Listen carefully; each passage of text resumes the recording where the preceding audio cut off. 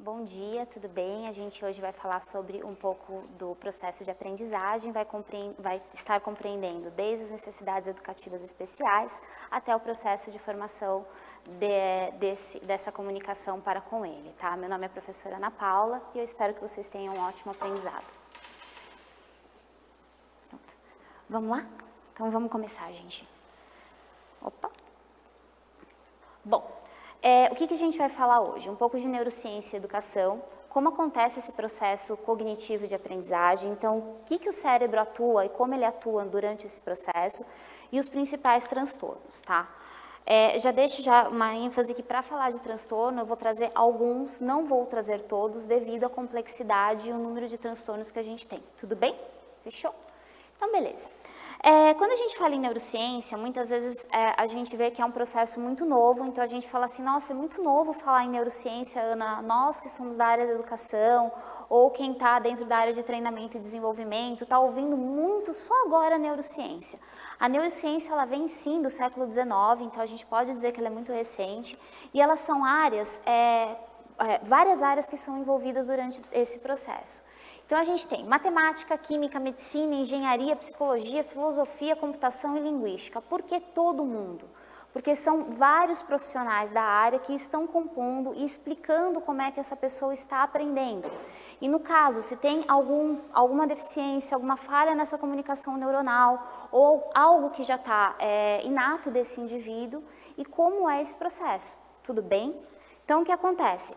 A neurociência é um processo novo hoje? Sim, é um processo novo. É o que está hoje trazendo essa vertente muito mais forte para a gente? Sim, que vai ajudar a gente a entender esse aluno que não aprende em sala de aula, tudo bem? Certo? Vamos lá. Quando a gente fala em cérebro, ele é complexo ou não? O que vocês acham? Sim. Agora, por que ele é complexo? Porque ele atua de acordo com as transmissões que vão acontecendo dentro dele. Então, ele fala o quê? Ele é a porção mais importante do sistema nervoso, que ele vai interagir em si com o meio externo. Hoje, vocês estão aqui sentados ouvindo eu falar, correto? Se cair uma pedra lá fora, tiver um barulho muito alto, a atenção de vocês vai virar para onde? Para o outro. Por quê? Porque o nosso cérebro vai identificando a necessidade daquilo que eu preciso aprender ou não.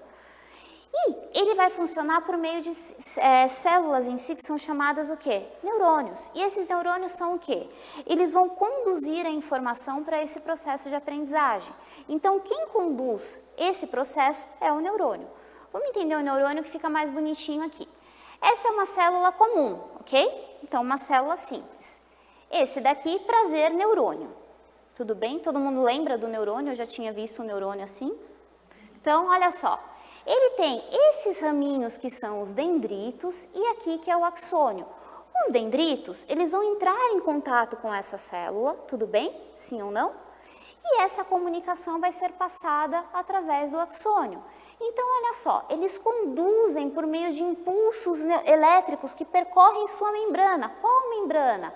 Ela vai percorrer todo esse processo. Opa, peraí, deixa eu voltar.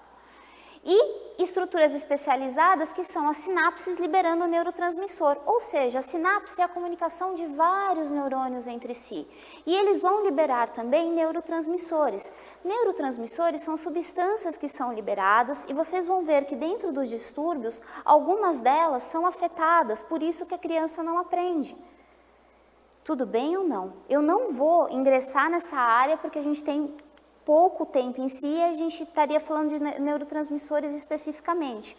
Então, a gente fala sempre o quê? Que eu entro em contato com a célula, vai haver essa comunicação e a liberação dela. Então, esse é o nosso processo simples, não é um processo complexo em si de compreensão, mas cada um tem um neurotransmissor que vai sendo liberado, certo ou não? Tudo bem?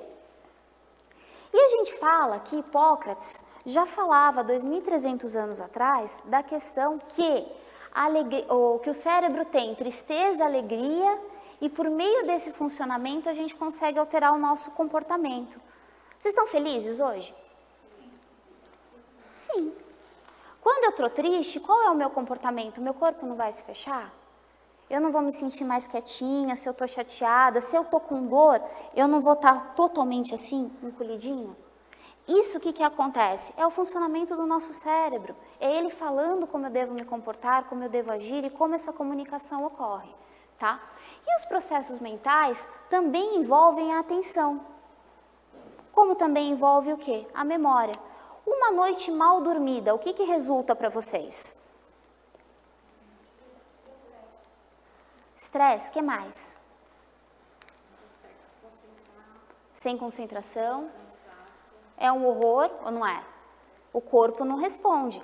Concorda que os neurônios não vão conseguir fazer essas sinapses da mesma forma? Por quê? Porque eu tenho que dar a minha atenção para outro momento. Qual momento? O meu sono. Tudo bem ou não? Certo?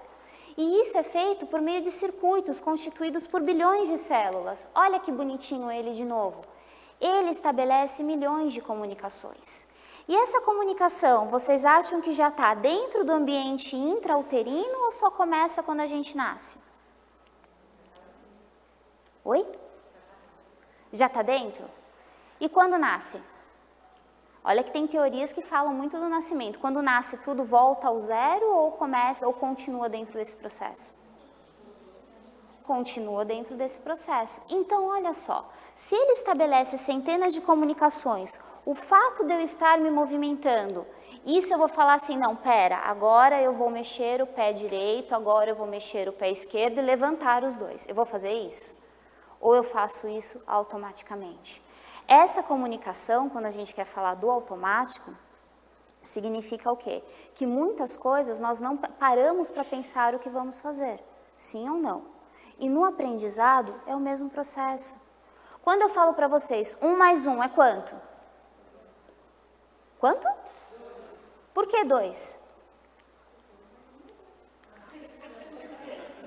Porque você já teve o aprendizado que uma grandeza somada a outra grandeza vai dar qual significado?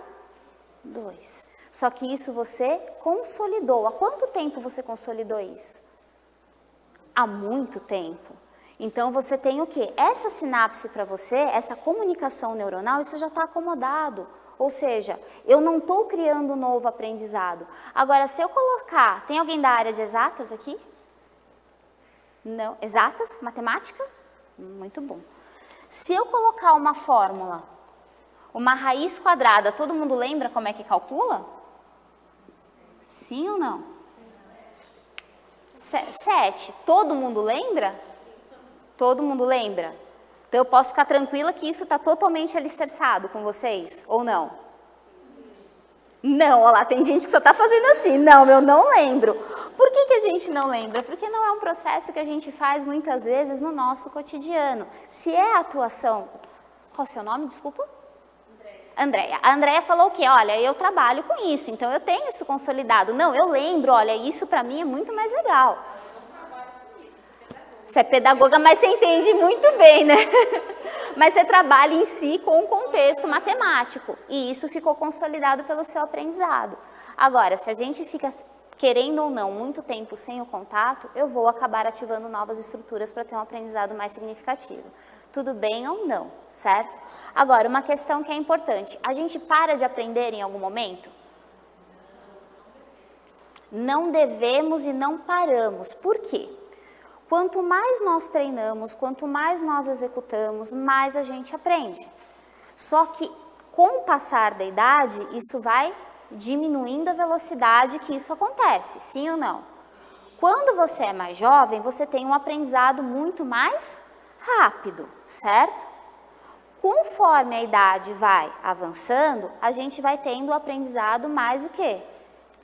Da velocidade diminuído. Não significa que eu não vou aprender, ao contrário, eu aprendo da mesma maneira, porém num tempo menor ou maior, certo ou não? Quer ver um exemplo prático? Pega uma criança e entrega um celular para ele, para ela. Ela ensina, ela vai falar onde vai rotear o Wi-Fi, ela vai falar para você qual é a senha, ela vai criar várias coisas, se bobear, ela vai no YouTube já, numa praticidade, já seleciona o que ela quer assistir, se ela não quer assistir a propaganda, vai no canal que ela quer e continua essa comunicação. Agora, eu vou dar o meu exemplo. Eu vou pegar, eu fico, não, pera, eu tenho que ver aonde funciona. Ah, é aqui. Ah, não, não é aqui. Por quê? Eu tenho um tempo mais demorado porque eu não estou em contato direto. E a criança está o quê? Muito mais rápida. Fora o momento da tecnologia que está muito mais inserida no contexto delas do que no nosso, quando nós éramos crianças. Tudo bem? Sim ou não? Certo? Então, vamos lá. Dentro do córtex cerebral, nós temos bilhões de neurônios organizados em circuitos complexos, que vai trabalhar com funções de linguagem, memória, planejamento, raciocínio e raciocínio crítico. Cada área vai estar trabalhando de uma forma e atuando para uma forma significativa de aprendizado. Cada momento nós vamos ativar uma determinada área para ter essa questão. Se eu vou fazer uma receita de bolo, qual área eu posso estar envolvendo aqui? Me ajuda. Linguagem, raciocínio, planejamento de ações. Eu não posso misturar os ingredientes todos de uma vez, senão o bolo não funciona. Concorda que várias áreas estão sendo apresentadas? Se eu vou atravessar uma rua, qual que é o processo? Vou atravessar a rua aqui na rua 13 de maio. E aí, o que eu vou fazer? O que eu estou ativando? Planejamento de ação. Linguagem para compreensão pode ser de uma placa, daquela faixa de trânsito. Por quê? Porque eu vou ter que caminhar e eu vou ter que olhar para os lados. Concorda que cada área eu ativo uma determinada região para ter esse aprendizado? Sim ou não? Sim? Então, beleza. Então, vamos lá. Todos nós vertebrados... O que são vertebrados? Vocês lembram disso?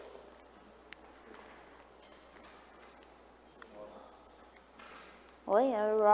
O que é? Oi, não estou ouvindo. Vamos lá. Possui coluna vertebral. Tem um desenvolvimento cerebral, ou seja, tem toda a comunicação de córtex. A gente obedece um plano comum. Agora tem uma questão, o meu cérebro é igual ao de vocês? Sim ou não? O que vocês acham? Você acha que sim? Fisiologicamente, a estrutura fisiológica é igual? Sim ou não? Nós não temos cérebros semelhantes. Não. Cada um de nós tem uma conformação.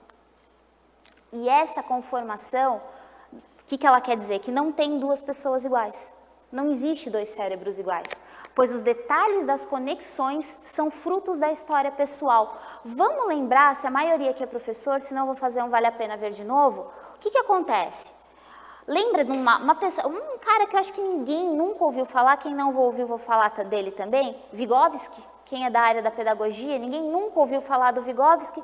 O Vygotsky fala o quê? Da teoria sociocultural. Ou seja, que eu tenho o quê dentro de mim? Eu tenho uma história, eu tenho todo um contexto cultural que faz o que eu sou hoje, sim ou não? Todo mundo viveu o que eu vivi? Não. Se vocês não viveram o que eu vivi, meu cérebro vai ser igual ao de vocês? Não. Entendeu porque não tem a conformação igual? Então, essa não conformação igual é o que tem o quê? Todo o contexto histórico, todas as comunicações que foram feitas. Você tem uma história, eu tenho uma história. Essa minha história fez essa minha conformação cerebral. E essa conformação cerebral faz o que eu sou hoje e as minhas sinapses como elas são realizadas. Tudo bem ou não?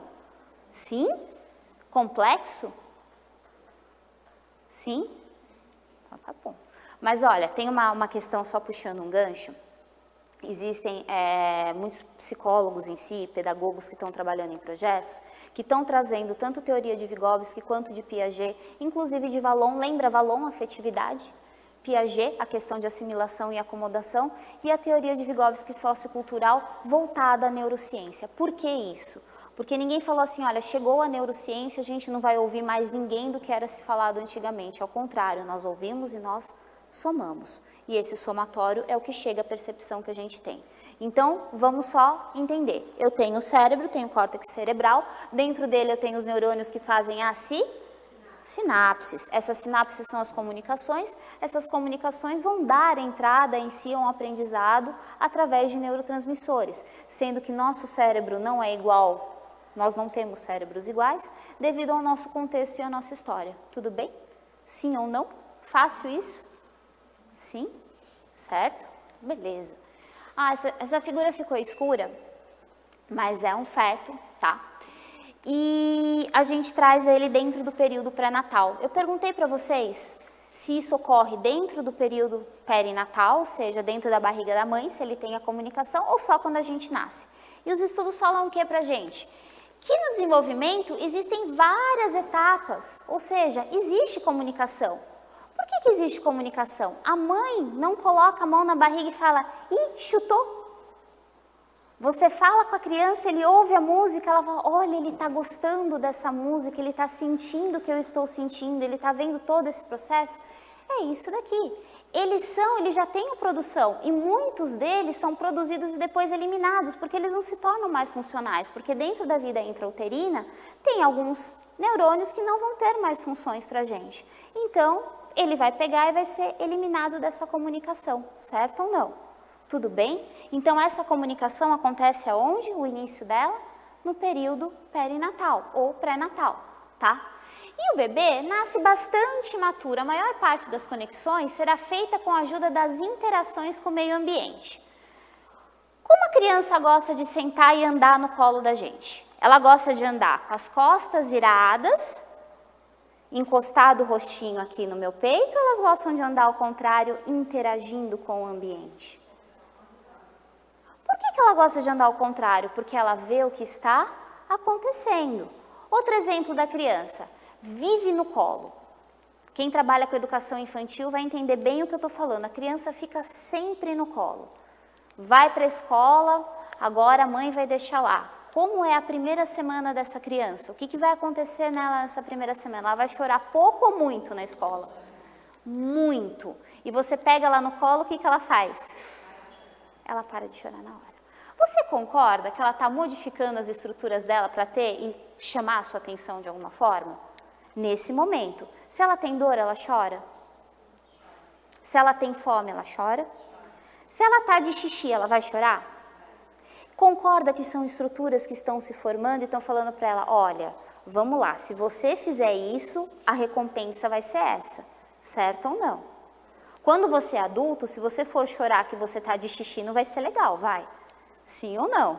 Não vai ter mais o mesmo ganho. Agora, a criança, ela está formando as estruturas. E você vai vendo a evolução dela. Tanto que muitos pais, muitos professores chegam para a gente e falam assim, nossa, de uma semana para outra, como ela mudou? Antes, ela não olhava para a gente. Agora eu falo assim, Ana, ela vira e olha. E esse processo é importante, essas estruturas estão se consolidando e essa criança está se formando cada vez mais. E aí tem uma questão que a gente pode estar trabalhando. Se ele vai se modificar durante toda a vida, quais são os dois momentos cruciais? Existem dois momentos cruciais que são importantes, que o sistema nervoso vai se modificar. E os estudos falam que, olha, tem dois momentos que são cruciais. Qual que é o primeiro que a gente já viu? Que está se modificando toda a estrutura neuronal da criança. Ela nasceu, alguns neurônios que não são mais, algumas comunicações que não são mais executadas, elas são descartadas. E ela, quando criança, ela está o quê?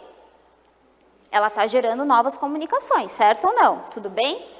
Então, assim, tem dois momentos. Quais são esses dois momentos? Um é o nascimento, o desenvolvimento dela como bebê, certo ou não?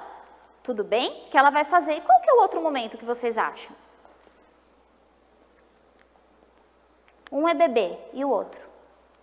Adulto, adolescente, idoso, adolescência. Quem concorda com o seu nome? Rosângela. Quem concorda com a Rosângela, que é na adolescência? Queca. Seu nome? Diogo. Quem mais? Quem dá mais? Talvez também ainda na primeira infância, criança. Na primeira infância? Primeira infância e adolescência, alguém dá mais? Sim ou não? Ou ninguém quer, vai, não sei, não faço a menor ideia. Eu acho que é Primeira infância, Patrícia. Olha só, eu tenho na criança um número de neurônios com execução de diferentes funções neuronais. Esse, quando criança, a gente está falando o quê? Dessa infância em si, dessa primeira infância e desse nascimento. Concorda que quando o bebê em si, ele está aprendendo a andar, ele vai colocar as coisas, ele tem a fase oral, ele vai colocar as coisas na boca, ele tem o desenvolvimento da psicomotricidade fina, ele tem todo aquele processo. E aí eu vou concordar com a Rosângela, é na adolescência. Agora, por que na adolescência? Porque ele tem um rearranjo dos processos e das comunicações. E elas ocorrem para preparar ele para o quê? Para a vida adulta. Concorda que a adolescência é o maior conflito que nós tivemos e todos nós passamos por isso? Porque você não sabe se você é criança ou se você é adulto. Então, olha só, ele diminui a taxa de aprendizagem, olha como entra bem no que a gente passa em sala de aula, mas aumenta a capacidade de usar e elaborar o que já foi aprendido. Sim ou não? Quem tem filho consegue transpor isso para a realidade de casa. Quem não tem filho e trabalha com adolescente vai entender exatamente o que eu estou falando. A criança, o adolescente em si, ele tem esse conflito, porque as estruturas estão sendo modificadas, ele está sendo preparado para a vida adulta.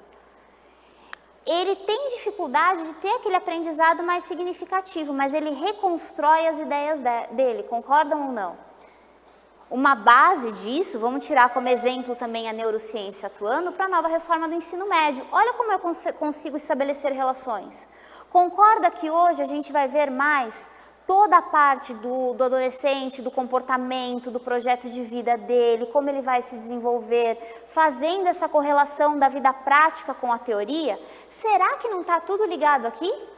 Por quê? Porque esse aluno, esse adolescente em si, ele vai começar a desenvolver um processo de compreensão para o mundo. Todo mundo não fala, nossa, aquele adolescente ele é chato porque ele é crítico. E isso é um rearranjo neuronal. Olha que bonito. Então, os pais ou os professores, se você ouvir assim, nossa, o aluno está chato. Não, ele está passando por um rearranjo neuronal, no qual as compreensões e o debate entre eles é muito mais significativo do que novas informações aprendidas. Tudo bem ou não? Certo? Então, quando eu sou criança, eu tenho um processo. Quando eu sou adolescente, eu sofro esse processo novamente. E eu sofro para reorganizar as minhas estruturas. Por quê? Porque eu não tenho mais aquela questão, eu vou chorar, eu vou bater o pé, eu não vou ser chamada a atenção. Então, peraí, eu tenho que reorganizar todo o meu pensamento, que a partir da reorganização de todo esse processo, eu consigo debater e ser mais crítico nas minhas ações. Bonito isso, né? Bonito e prático, porque não é a realidade que a gente vive? Sim ou não? Sim? Não? Tudo bem? Então tá bom. Certo? Confusão criança e adolescente, ficou claro isso? Entendeu por que não na primeira infância? Não sei seu nome? Juscelene. Entendeu por que na primeira infância, Patrícia? Tudo bem? Então, por que isso? Porque você tem o quê? A primeira infância a gente tem a criança se desenvolvendo e na adolescência onde você tem toda a taxa de informação. Ah, detalhe, aqui você tem atuação hormonal também, que você tem todo o processo que a gente não entra, mas tem toda a ver com os neurotransmissores e o desenvolvimento. Certo? Sim ou não? Tudo bem? Então, beleza. Então, vamos lá. Para explicar a plasticidade cerebral, eu acho um exemplo fantástico. Maestro João Carlos Martins. Todo mundo já ouviu falar dele? Sim? Ele faz o quê? Ele toca piano. Tudo bem? Ele sofreu um processo de lesão neuronal, certo? Sim ou não? Devido a derrames, a problemas em si motores. E ele não parou de tocar o piano, certo? Tudo bem? Lembram disso? Vocês viram que ele voltou a tocar piano? E ele voltou a tocar piano por quê? Ele foi desenvolvido uma luva para ele, certo? Para que sejam ativadas as conexões para que ele volte a fazer o mesmo processo. Aonde eu quero chegar? A plasticidade cerebral, a plasticidade neuronal, é a capacidade de desfazer as ligações e interações constantes com o ambiente externo e interno. Aonde eu quero chegar como exemplo ele? Quanto mais ele treinou, mais ele aprendeu? Ele parou de tocar, ele esqueceu? Não, ele tem que voltar a treinar para conseguir a velocidade novamente. Mas ele consegue executar o mesmo processo. O que eu quero dizer com isso? Se eu treino, eu consigo ter um aprendizado muito mais significativo, certo? Não é o decorar, tudo bem? Decorar, a gente vai entender o que é decorar e o que é aprender, certo? Então, se eu aprendo aquele movimento que eu estou fazendo e ele é significativo, a minha interação com o meio ambiente é significativa também, eu consigo que esse processo continue se desenvolvendo, certo? Sim? Por que ele? Porque o pianista em si, de uma forma geral, ele tem que treinar todos os dias, certo? Outro exemplo, um outro idioma. Poxa, Ana, eu fiz 15 anos de inglês, eu não lembro mais nada. Eu continuei trabalhando nesse idioma, eu tive contato, eu fiz leitura, eu desenvolvi oralidade, vai ser funcional para mim depois de um tempo? Não, eu vou esquecer. Por quê? Porque a minha interação, só que se eu voltar a estudar, eu consigo reativar todas aquelas estruturas, então eu passo por essa plasticidade, ou seja, eu vou reformular novamente esse aprendizado? Sim ou não? Sim. Quantas vezes a gente faz isso no nosso cotidiano? O que vocês acham? Quantas vezes a gente faz isso? Eu acho que vocês estão com fome ou com sono. Quantas vezes a gente vai e trabalha nesse processo de plasticidade? Quantas vezes a gente reorganiza e organiza algo que não deu certo? Você fez um bolo, você esqueceu o fermento. O que você vai fazer da próxima vez? Colocar o fermento em cima da mesa? Esse é o primeiro ingrediente. Você vai pegar, vai colocar ali na mesa e vai deixar ali. Não, vai ser o primeiro que eu vou colocar. Dentro de uma sala de aula, quantas vezes não deu certo uma brincadeira, um jogo, acabou não rolando e aí eu tive que reformular ela novamente? Não entendi, repete para mim. Que não deu certo e eu tenho que reorganizar esse processo. E não só na questão de não dar certo, mas na questão de aprimorar. Então, professores de educação infantil e ensino médio, as tecnologias são usadas, mas não nessa formatação como a gente usa no superior. Então, quantas vezes a gente tem que revisar o mesmo processo para adequar o público-alvo, para entender quais foram as dificuldades? Isso é uma retroalimentação que a gente vai o quê? Sempre modificando. E isso é um processo do quê? De plasticidade, ou seja, eu vou melhorando as minhas ações. E aí vale uma dica, nós nunca devemos parar de estudar, independente da área que a gente está. Porque o treino da aprendizagem, ela facilita que isso continue. Cada dia nós aprendemos alguma coisa. Então, às vezes a gente pergunta assim, no final de uma aula ou no decorrer do dia, o que você aprendeu hoje? A pessoa olha para você e fala assim, nada. Aí você olha e fala, opa, peraí, por que nada? Alguma estrutura sua foi reacomodada e você teve um aprendizado significativo. Quer um exemplo? Vamos partir para um exemplo prático, perdão. Quando educação infantil, o que a educação infantil tem que fazer? Trabalhar o quê? O lúdico. O lúdico é o brincar. Quantos pais não chegaram para a gente e já falaram assim, eu não aprendo com o brincar. O brincar não é significativo. Meu filho ficou aqui até agora só brincando? E aí você pode muito bem justificar com a neurociência. Pai, mãe, através da brincadeira, estruturas neuronais são ativadas para que seu filho entenda e compreenda qual é a ação que ele vai ter em determinado momento. Que o ato dele pular corda, o que acontece? Ele já não está ativando várias estruturas para saber que ele vai ter que pular? Sim ou não? Não é mais bonito do que falar assim, não, a Base Comum Nacional prevê que... Eu dou uma explicação o quê? Técnica. Posso falar da base? Pode, fica tranquilo que eu acho que vocês têm que falar. Mas eu posso usar a questão do desenvolvimento. Nós entendemos, é significativo, eu vou desenvolver, certo? Tudo bem? Então tá bom. Bom, aí você fala assim, legal, Ana, aprendizagem é muito complexo. Eu vou dar um exemplo, vou ser bem clara. Às vezes eu pego um livro e fico lendo e viajando. As letrinhas são um doce som para minha vista. Você fala assim, por que doce som? Porque você fica assim, você olha e vai balançando a cabeça e em 2 minutos você está dormindo. Por que isso? Primeiro, é significativo para você o que você está lendo ou você está lendo por obrigação? Quando você tem sono para alguma leitura, você está aprendendo porque você quer ou você está aprendendo porque você tem obrigação? Responde para mim. Porque é obrigação, certo? Porque se fosse super legal, você estaria super engajado. É aí que tá. Não é que eu não quero aprender ou eu tenho dificuldade, é porque eu não estou motivado. Motivado em qual sentido? Vamos entender. Eu vou pegar um material para leitura, normalmente eu recebo muito isso, quando vem falar comigo, ai professor, principalmente, o coordenador adora receber isso, porque é sempre quando a média está baixa da nota. Professora, sabe, eu não entendi, eu conseguia ler e não funcionava. Aí, primeira pergunta, você fazia a leitura como?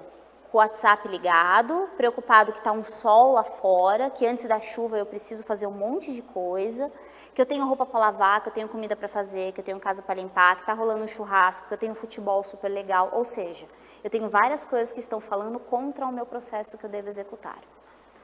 Se eu estou fazendo isso, o meu cérebro vai falar o quê para mim? Ah, não, isso é desnecessário. Foca a sua atenção naquilo que você quer realmente fazer. Concordam comigo? E esse desvio dessa atenção, o que eu estou querendo dizer? Ah, eu vou trabalhar apenas o que é o necessário. Então, se não é necessário para mim, eu não vou aprender. A criança, o mesmo processo.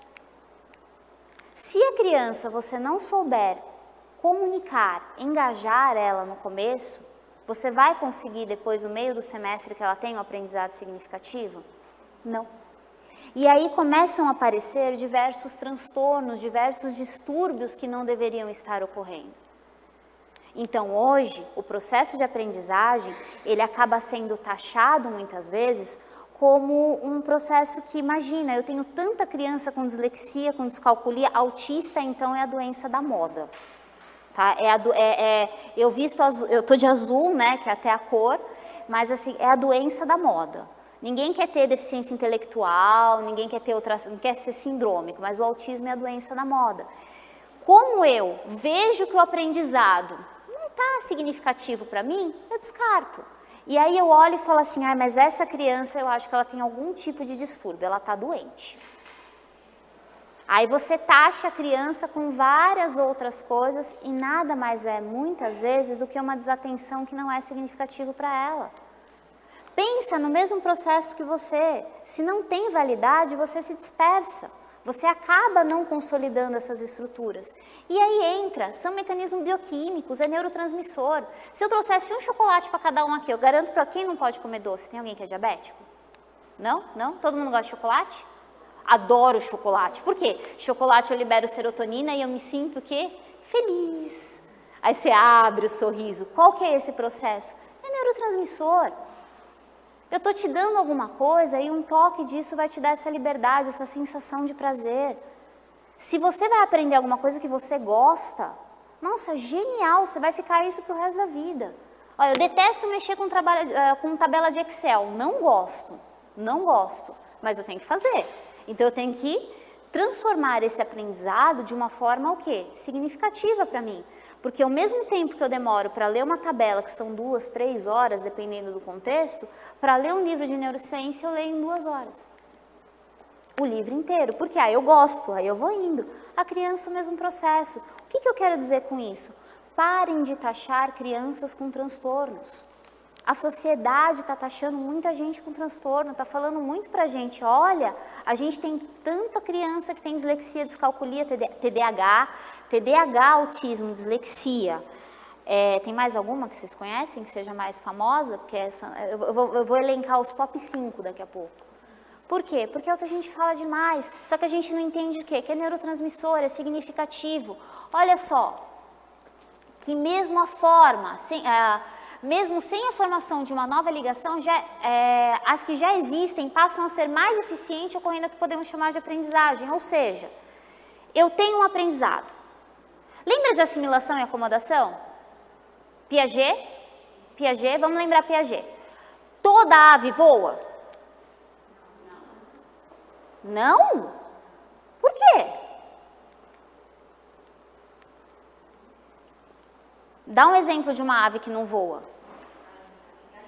Galinha. Mas, como você chama? Raquel. Mas, eu vou te perguntar uma coisa. Quando eu vou no sítio da minha mãe, ou do meu avô, a ave faz assim, aí de um lado para o outro ela consegue bater as asas. Aí eu vejo que ela voa pouquinho. E aí? Toda ave voa? Não entendi, não sei seu nome, desculpa. Rita. Vai. Vocês estão usando o exemplo... Alguém já viu avestruz voando?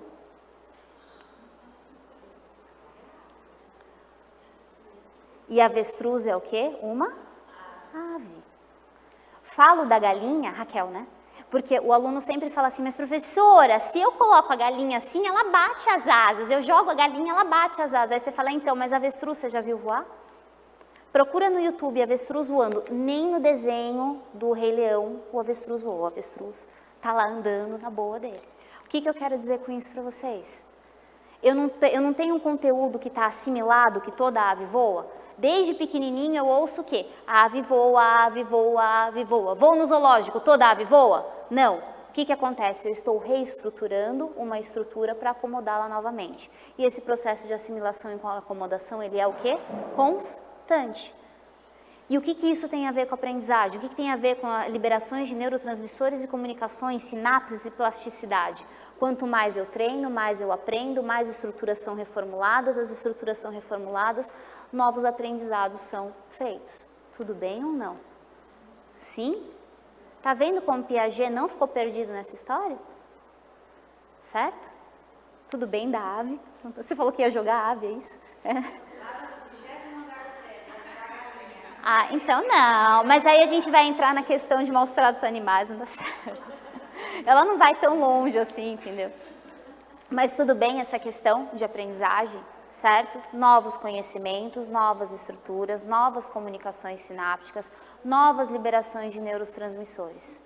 Tudo bem? Sim ou não? Fácil, difícil, complexo?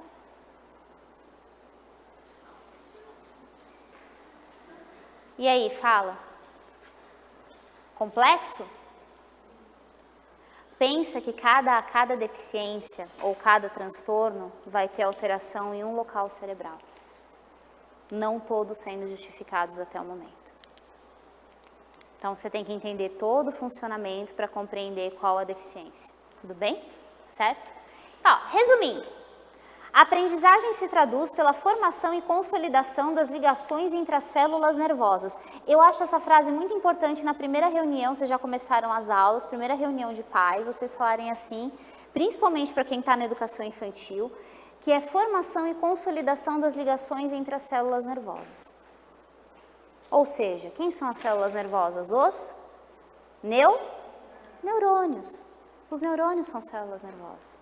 Então, essa comunicação, essa ligação, ela vai formar e consolidar o aprendizado.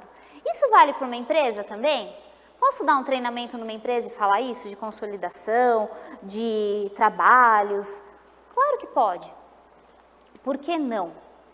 Quando você está numa empresa, ou até mesmo na formação de professores, como nós, ou pessoas da área da educação, ou pessoas que querem ingressar e levar esse treinamento, para falar da neurociência aplicada à educação, a gente fala o quê? O aprendizado vai ser significativo para o seu funcionário a partir do momento que ele se sinta pertencente a ele e que isso faça a diferença. Ou seja, se ele está sendo motivado, se ele tem todo um aprendizado, ele consegue render e alcançar aquele lucro que a gente deseja ou atingir as metas que a gente espera. Certo? Tudo bem? Posso levar isso para a empresa? Deve. Posso levar isso para a minha diretora, para o meu coordenador? Deve.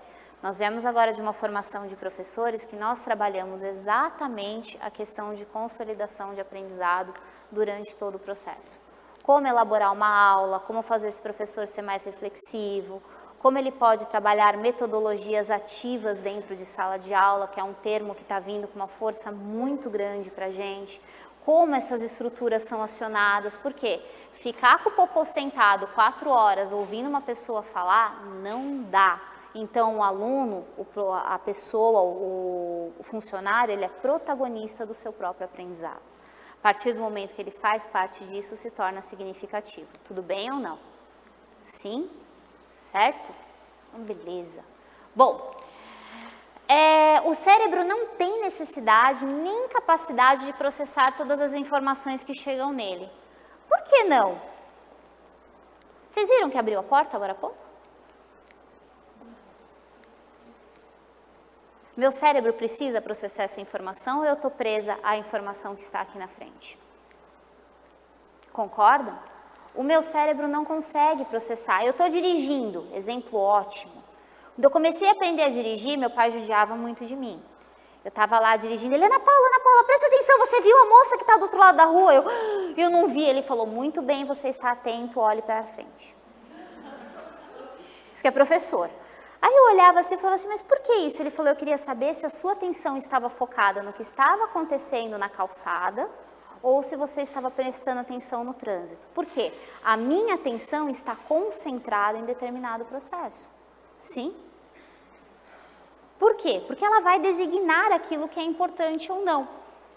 E ela pode dedicar-se às informações importantes. E o que é desnecessário vai passar desapercebido. Quantas vezes em sala de aula não teve alguém que fez alguma coisa que não era legal, principalmente na educação infantil? Ou colou um chicletinho no cabelo da amiguinha, ou a famosa mordidinha, o reloginho. Todo mundo já viu o reloginho, iridoide faz milagre nessas horas, né? Um vai lá no outro e faz o quê? Mordeu, qual que é a primeira pergunta da mãe? Professora, aonde você estava que você não viu isso acontecer? Você estava com a sua atenção voltada a uma atividade. O amiguinho foi lá, olhou para a amiguinha e falou assim, vou fazer um reloginho. E fez o reloginho. E aí vem a mãe, o pai, todo mundo vem bravo. E não é que você está desatento, a sua atenção está voltada a outra atividade. E 35 em sala de aula, às vezes a gente acaba perdendo foco, ou até menos. Eles são mágicos, ou não são? Semana passada eu estava almoçando, 3 horas da tarde, eu fui esquentar a marmita, eu fui sentar no refeitório e desceu todas as crianças para o lanche. Eu pensei, meu Deus, né? Eu pensei, agora a gente tem várias crianças. E eu não fico na educação infantil nem no fundamental, eu sou do superior, então eu pensei, bom, tudo bem. Aí eu sentei lá comendo, né? De repente, a professora não percebeu e eu também não me atentei. Eu estava prestando atenção na televisão que estava da cantina. Tinha 15 crianças dentro do banheiro. 15 crianças, 15 meninos e meninas misturados dentro do banheiro dos meninos. Foi questão de segundo. Tinha papel higiênico voando lá de dentro, o detergente, o sabonete líquido das mãos. Do nada, você tinha uma poça de sabonete líquido rosa e eles dançando assim, super animados. Eu olhei, a professora, pelo amor de Deus, como é que eu não vi vocês fazendo isso? Foi muito rápido. Foi coisa de 2, 3 minutos. Eles se juntaram, fizeram uma gangue e dessa gangue eles foram tramar alguma coisa para fazer. Porque eles são crianças e eles precisam disso. Agora, a professora está errada se ela não viu? Ela estava focada, eu não vi o que ela estava fazendo, ela virou, ela falou, mas eu estava focado olhando o que o outro estava fazendo, e você viu o desespero dela. Porque eles já tinham colocado literalmente fogo no parquinho. Onde eu quero dizer? A gente vai, o que é desnecessário, a gente vai pensar. Se eles estão sentados quietinhos, passa. O que foi, Raquel? Não, é criança. É criança. Eu falo na nossa época, a gente procurava também o que fazer. Todos vocês já tiveram alguma atividade que vocês fizeram, que a mãe ficou brava, a professora ficou brava. A gente traquinava o que a gente ia fazer. E se a gente não tinha atenção necessária, a gente chamava atenção. Pode ser que as crianças viram, ela está tão desatenta, vamos fazer alguma coisa legal. E eles foram procurar o que fazer, eles voltaram de férias, estão com toda a energia. E você tem que canalizar essa energia, tem que entender aonde eu quero chegar. Passa desapercebido em determinados momentos. E aí, eu vou puxar um gancho para aquilo que a gente vai ver daqui a pouco. Eu pego quem liderou, porque tem sempre um que é o líder. Estou errada? Um é o líder, um puxa todos eles. Tem sempre um que está lá liderando tudo. Aí eu olho assim e falo assim, mas ele é muito hiperativo, ele tem TDAH.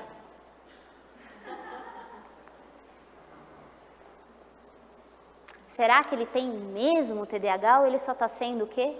Criança. Eu quero chamar atenção, eu quero fazer alguma coisa divertida. Eu vou fazer alguma coisa divertida para chamar atenção, certo? E eu junto mais uns 10, 12 que compram a minha ideia, o jogo está feito.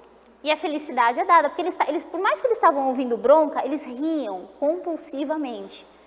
E davam risada, e brincavam, e dançavam. Tinha sabão rosa para tudo quanto era canto, e eles estavam se divertindo. Aí eu peguei minha marmita, enrolei no pano de prato e fui indo. Eu falei, meu Deus, eu vou embora daqui. Eu falei, porque você vai dar risada, você não pode dar risada. A professora brigando, você vai rir? Não dá. Mas eles estão sendo o quê? Crianças, tá? E a atenção, ela não é um fenômeno unitário. Tem vários mecanismos para a gente ativar. Há muitos anos atrás, quando eu estava na graduação, passou uma vez um rapaz que ele falava assim, vou ensinar vocês, ele foi fazer propaganda lá na instituição, vou ensinar a vocês a ter atenção. Olha, é um curso que vocês vão ficar quase 15 dias aprendendo a ter atenção no que realmente vocês devem. Aí eu fiquei olhando, assim, hoje você acaba refletindo sobre isso, mas como é que eu vou ter atenção naquilo que eu devo? Se não é atrativo para mim, eu vou querer? Não. Se não tem significado, eu vou querer? Não. Se eu não vejo aplicabilidade, eu vou querer? Não. Ah, então o curso não vai me servir. Certo ou não? Eu só vou ter atenção naquilo que é significativo, naquilo que eu estou empenhada a desenvolver. Por exemplo, quem vai escolher, por exemplo, fazer um curso de pós-graduação em neurociência, neuropsicopedagogia, psicopedagogia, metodologias ativas. Vivo falando isso em sala de aula. Escuta, qual é a vertente que você quer seguir?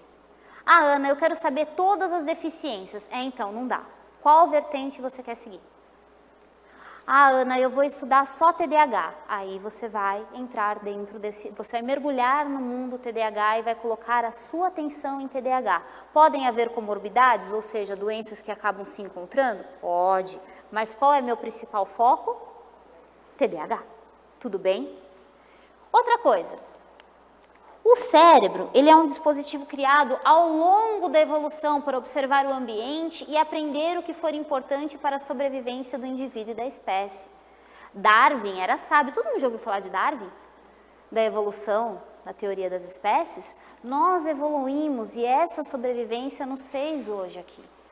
Então, toda evolução que nós sofremos deu significativo, e eu vou prestar atenção no que for julgado e que tenha relevância ou significância.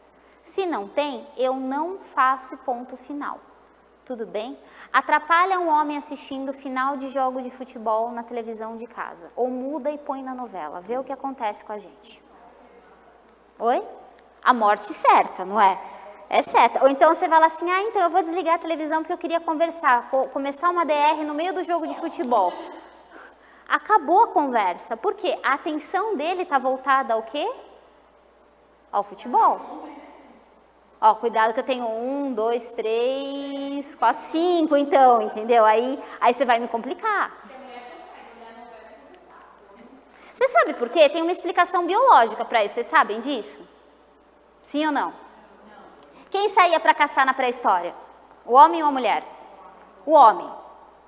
O que o homem tinha que fazer? Caçar. Não, mas espera aí, ele saía, vamos lá. Ele saía e ia caçar.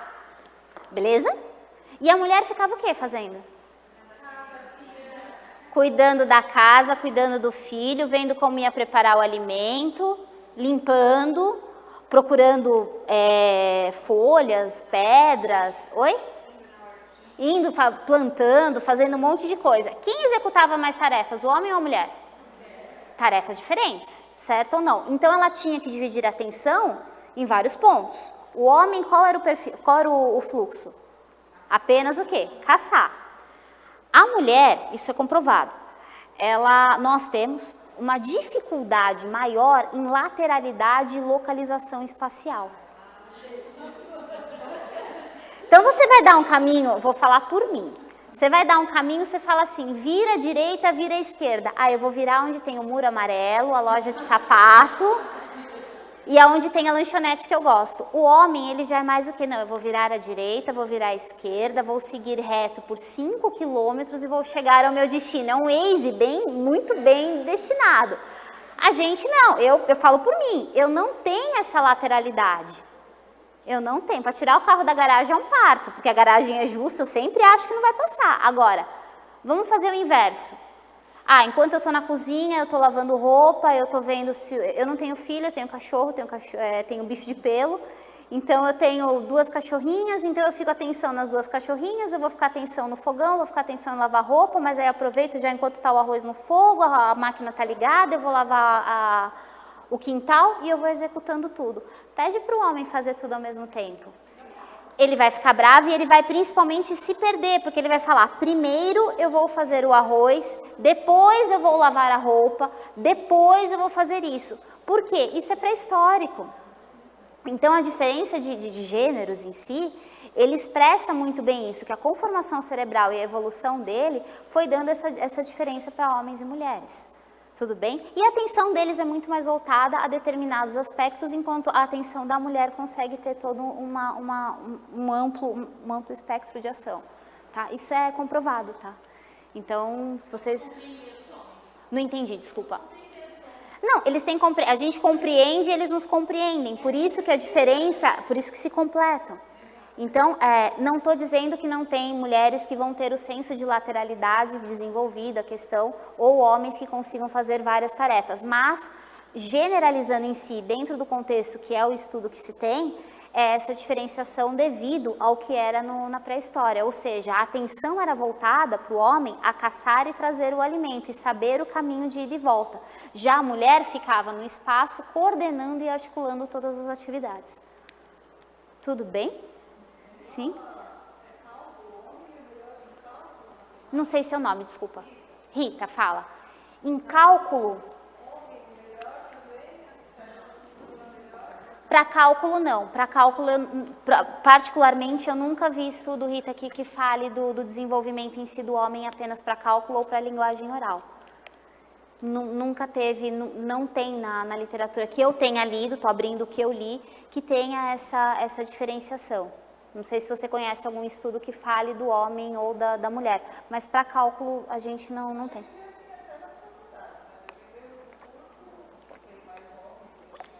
Então, hoje a engenharia, eu vou te falar que tem muito mais menina do que menino. Em primeiro ano hoje, principalmente engenharia civil, engenharia elétrica, você vê um aumento das meninas entrando até em sistemas de informação, que são cursos que eram muito mais para homem, como você vê homem entrando na pedagogia, que era uma coisa que a gente não via, mas aí existe todo um preconceito, todo um estigma que gera... Fala, Raquel, não entendi. É questão no caso da pedagogia, eu vou te dar o exemplo, só mulher pode ser pedagoga?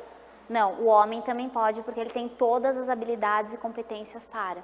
Mas existe uma questão cultural que a gente fala que não é profissão de homem ou não é. Então, engenharia, você via muito comentário assim antigamente, já imaginou uma menina magra, pequenininha, no meio de uma obra?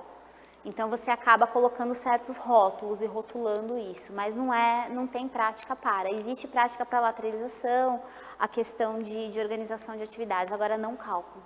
Porque o nosso cérebro, isso é importante, Rita, legal, pegar mais um gancho. Nós não temos... quer ver? Alguém tem algum tipo de deficiência?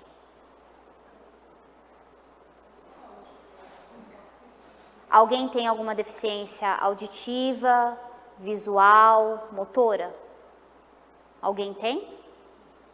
Alguém tem dificuldade em leitura ou dificuldade em matemática?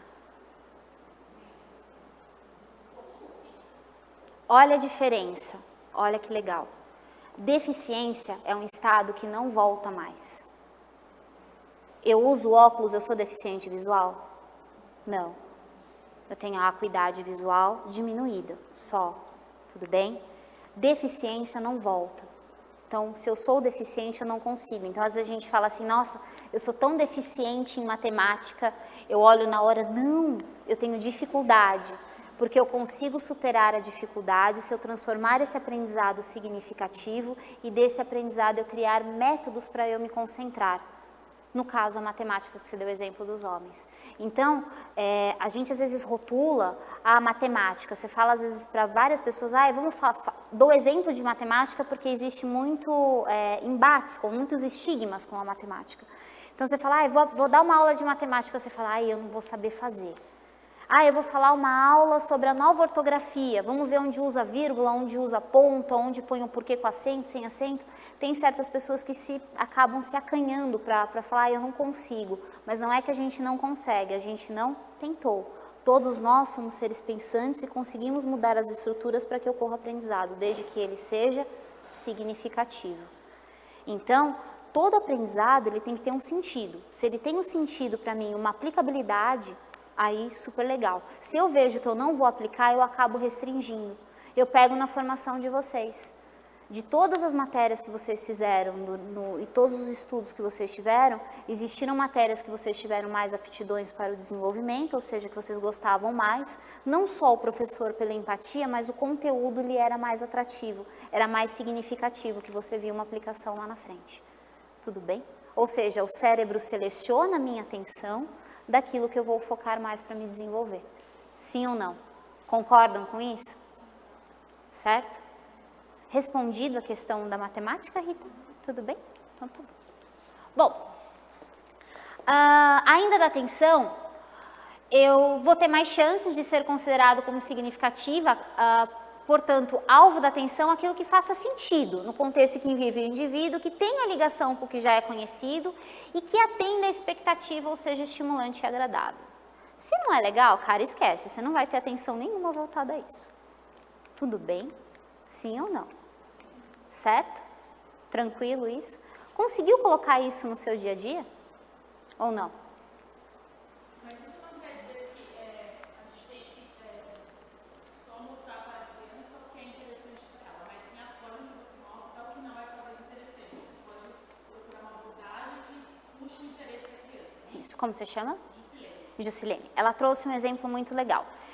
Eu vou ter que flexibilizar isso para a criança? Tudo que a criança vai aprender, eu tenho que flexibilizar para que seja significativo? Sim ou não? Sim, certo? Ou seja, se eu não moldo e não atendo o meu público de forma correta, um ou dois vão se perder às vezes? Vão. E eu vou ter que reestruturar o meu pensamento para aqueles dois. Eu vou ter que reestruturar a minha forma de aprendizado.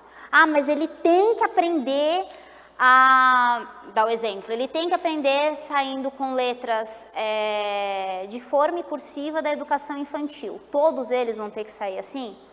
Não. Primeiro que não deve nem se sair com letra cursiva, nem bastão da educação infantil. A educação infantil é o processo lúdico. Então, se a criança continuar tiver ainda a escrita em bastão e não segurar o lápis de forma correta, não significa que eu não tive a atenção dele e não foi significativo. Ao contrário, eu tenho que trabalhar mais ele para que ele desenvolva melhores atitudes ou até mesmo ações para isso. Tudo bem? Certo? Exemplo prático. Vou dar sempre exemplos, vocês estão trazendo educação infantil, mas que é dentro do contexto. Desfraude. A criança só entra na escola se ela não usa mais fralda, dependendo da escola que você tem. Tem escolas que não aceitam crianças com fraldas, ok? Tem escolas que aceitam crianças com fraldas, tudo bem também. O desfraude vem sendo super legal, nossa, agora em fevereiro, essas 2 semanas, olha, a gente está trabalhando. Carnaval, ele passa 1 semana em casa, volta como? Ele volta ou fazendo xixi, totô na roupa, certo? Ou ele volta com a fralda. É toda segunda-feira. Eu dei o carnaval por um período mais longo, tá?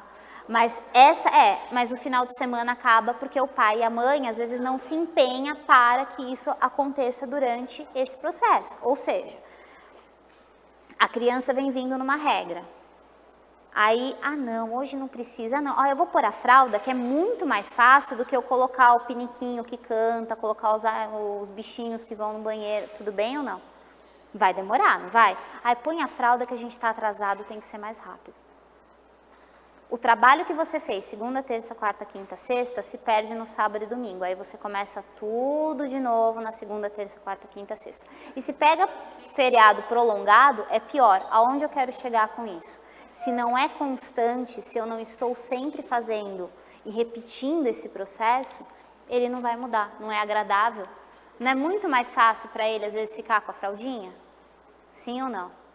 Para ele, ele vai ter que pedir para fazer xixi, às vezes tem vergonha, tudo.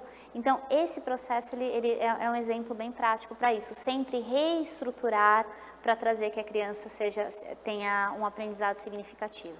O que acontece quando a gente fala de conteúdo nesse sentido, tá? Falando dentro de um processo de alfabetização já com crianças de 6, 7 anos. Numa sala de alfabetização, se eu não prendo a atenção das crianças para a leitura e para a escrita, se eu não trago texto significativo, se eu não trago dentro da realidade deles um método de alfabetização, no caso, vou trazer o fônico, que se fala muito na neurociência do método fônico. Lembram do método fônico, por falar nisso? A carinha. Método de alfabetização fônico, aquele que você usa a sonorização da palavra junto com a escrita, tudo bem? Então, o som e a escrita que estão caminhando juntos. Quando a gente fala de um processo de alfabetização, vamos dar o exemplo dentro do método fônico. A criança está aprendendo e, de repente, eu tenho uma criança que não tem o foco, que não está se desenvolvendo, que eu não estou conseguindo ter um aprendizado significativo. Cuidado com a rotulação. Então, você chega na escola, às vezes, para dar uma palestra, para conversar com a coordenação, para conversar com a direção. Olha, eu tenho essa aluna que não acompanha, esse aluno que não está desenvolvendo, ele tem autismo. É menino, não se socializa, é autismo. Aonde eu quero chegar com isso? O método, às vezes, que está sendo utilizado não é significativo. Por isso que Emília Ferreiro, Ana Teberoski falavam-se dos métodos globais, no caso de associação de mais de um método para aprendizado dessa criança. Então, às vezes, o método que eu estou utilizando e a forma não é a forma que a criança está conseguindo ter que esse aprendizado seja significativo para ela, tudo bem ou não. Lembrando que o contexto histórico dessa criança também tem que ser colocado na balança. Se os pais não têm a cultura da leitura, da escrita, não têm a cultura também de acompanhar essa criança, de conversar com essa criança, isso também influencia. Então, é uma gama de fatores antes de eu falar que essa criança tem algum tipo de deficiência. Tudo bem ou não? Ou transtorno. Certo isso? Fala. Rita, né? Fala, Rita.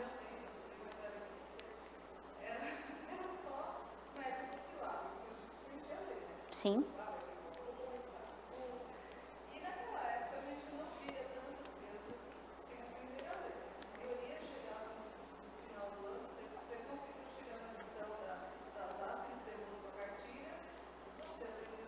Certo.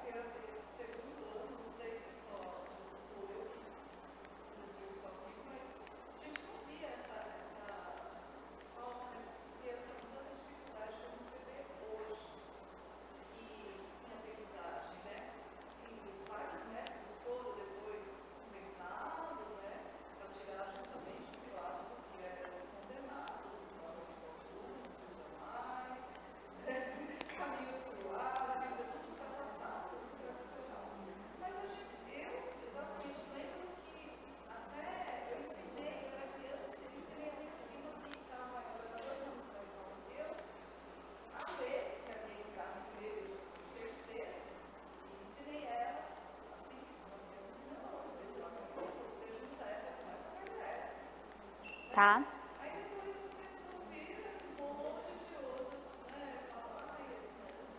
Então, vamos lá.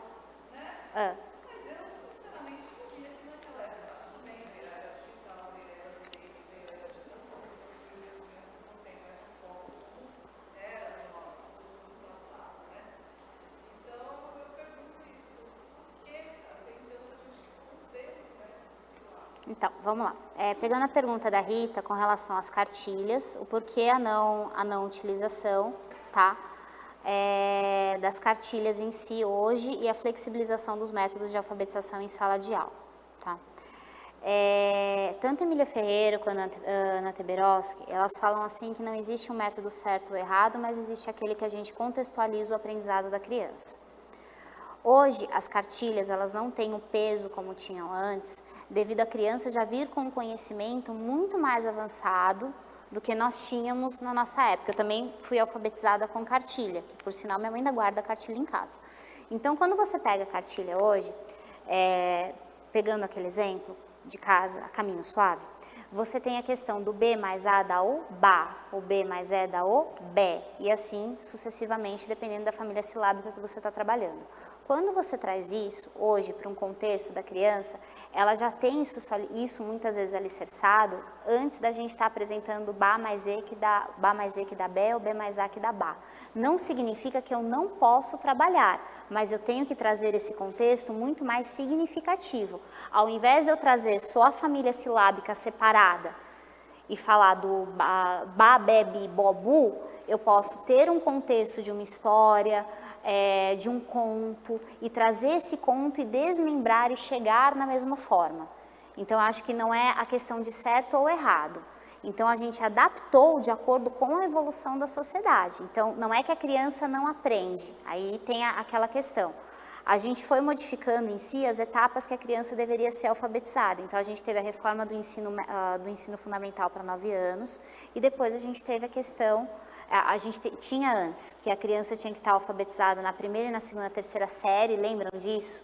E aí depois a gente colocou que com 6 anos, a pré-escola, ela já fazia esse processo de pré-alfabetização, eu falo pré-alfabetização dessa forma, porque era um dito da seguinte maneira: ah não, ele vai começar a aprender a ler, a escrever o nome, a ler esse processo. Então, quando eu tinha pré-escola, primeiro, segundo, terceira e quarta série, vamos colocar assim, eu falava que a pré-escola, ele competia esse processo de apresentar através da cartilha as sílabas em si e começar esse método através do silábico, que eu tinha aquela centopeia na sala e aí eu ia formando. Quando eu trago a reforma do ensino de 9 anos, ou seja, quando eu entro com esse processo, a criança ingressa no primeiro ano com quantos anos agora? 6. Então, esse cenário muda. Aí eu falo o quê? Olha, a educação infantil vai ser só lúdico. E aí você tem essa diferenciação, às vezes, em sala de aula. Vamos ver se eu chego aonde você tem essa dúvida. Aonde eu quero chegar? As escolas em si, a maioria das escolas da educação infantil, seja da rede pública, elas não trabalham a leitura e a escrita como foco, elas vão trabalhar o desenvolvimento da psicomotricidade e a educação lúdica.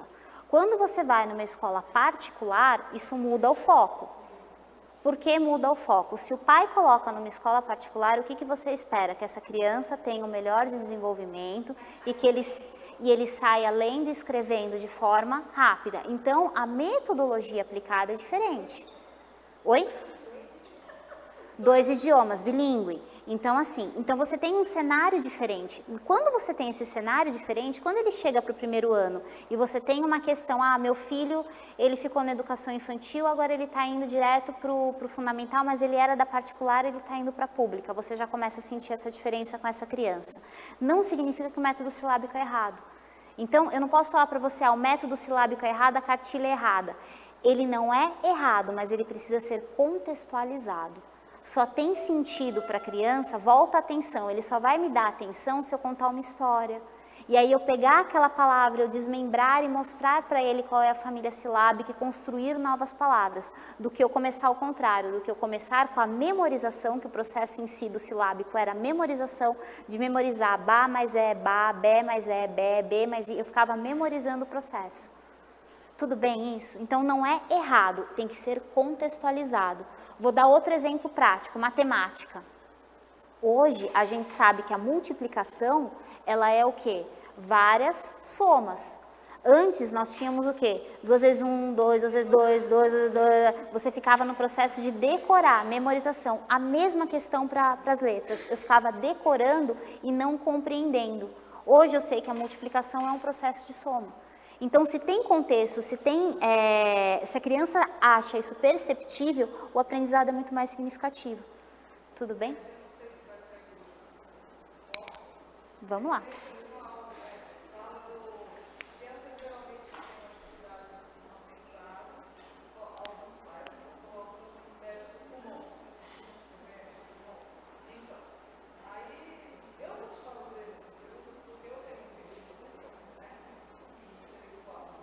DI?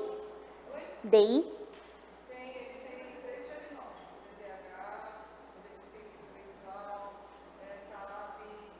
Tá.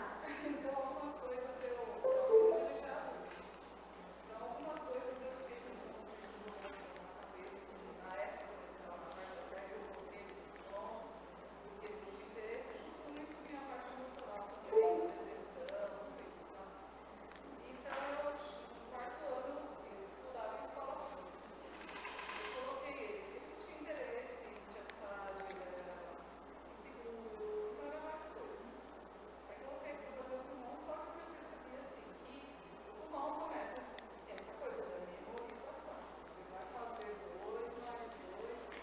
Então...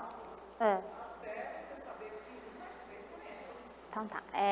O método de memorização, então pegando a pergunta para a Rita, para quem não ouviu, a questão do Kumon e a questão da memorização. O Kumon em si, ele trabalha a questão da prática de exercícios contínuos em determinado assunto para que o aluno consiga consolidar. Eu não sei quanto tempo faz que seu filho fez o Kumon. Então, o Kumon hoje, ele está com uma metodologia ativa totalmente diferente. Então, antes, você continua com a lista dos exercícios, porém essa lista, ela começa a ter mais significado, tanto que eles não estão atuando só mais na matemática. Antes, o Kumon era só matemática, agora ele é matemática, português e idiomas. Então, você tem um processo totalmente diferente de aprendizado. Então, o que é a atenção em si e o que o cérebro fala? Quanto mais a gente tem o reforço positivo, quanto mais eu vou falando para você que você tem que executar aquilo e as listas de exercícios continuam, acredita-se que tem posições que geram o aprendizado. Porém, quando você tem uma deficiência, tá? Que aí você falou de deficiência intelectual, a gente sabe que existe uma limitação cognitiva, porque a deficiência intelectual em si, como você deu, estou dando o exemplo que você falou de TI, DI, você tem a questão cognitiva que está afetada, ou seja, alguma área não tem um aprendizado tão significativo. Então, por exemplo, ele pode desenvolver habilidades matemáticas, mas não habilidades para a língua, ou língua estrangeira, ou questão de conhecimentos históricos. Então, essa questão do aluno com DI, da criança com DI, da pessoa com deficiência com DI, muda o cenário que a gente está atuando. Então, quando a gente fala em DI, esse reforço, essa questão de você ficar sempre na mesma atividade, pode ser que você não tenha sucesso. Tudo bem? Sim, entendeu? Por que eu não vou ter sucesso? Porque eu tenho um comprometimento intelectual envolvido. Se é só DI. Se eu tenho TDAH, que é o transtorno do déficit de atenção e hiperatividade, eu tenho um controle do aprendizado dessa criança, ou seja, através de medicação, através de um tratamento, principalmente com psicologia, não só medicamento, mas uma terapia em si. Esse acompanhamento terapêutico dessa criança, eu consigo entender o que gera essa ansiedade, para trabalhar essa ansiedade e flexibilizar esse aprendizado. Então, são dois cenários diferentes, tudo bem? Porque o TDAH não se fala em comprometimento cognitivo, não existe áreas afetadas em si, mas o DI existe áreas afetadas. Então, a deficiência intelectual em si, ela acaba mostrando para mim, olha, ele vai ter aprendizado melhor aqui ou melhor aqui.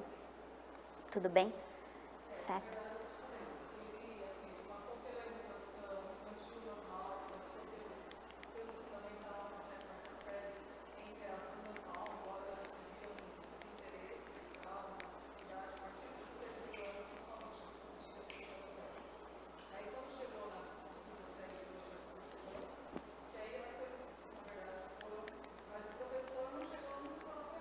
Então, mas por quê? Pegando quem não ouviu a pergunta da Rita, que o filho dela teve o desenvolvimento na educação infantil normal, educação fundamental normal, quando foi para o Fundi 2, que era o antigo quinta série, que hoje é o sexto ano, houve essa diferenciação. Por quê? Até a quarta série, ou até hoje não mais na maioria das escolas, mas até a quarta série antes nós tínhamos apenas um professor, no máximo 2 ou 3, que era educação física e artes.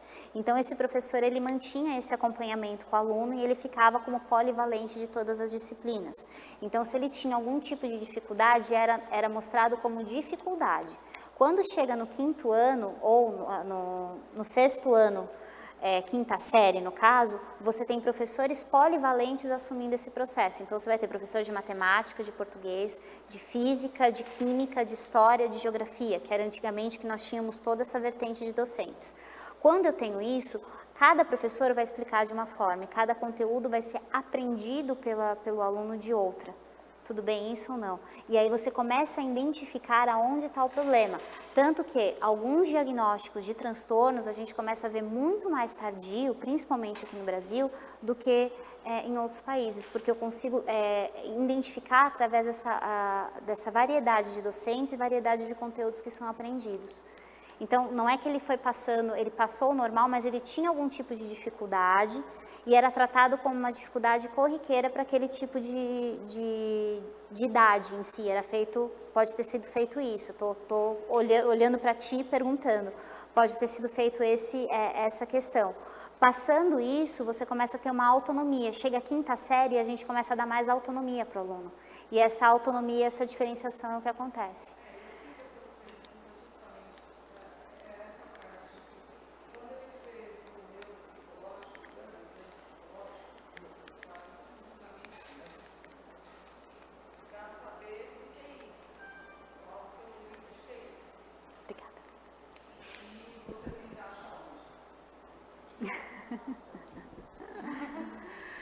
Então, através do número de QI, que faz pelo exame neuropsicológico, então tem de tanto a tanto vai ser deficiência intelectual leve.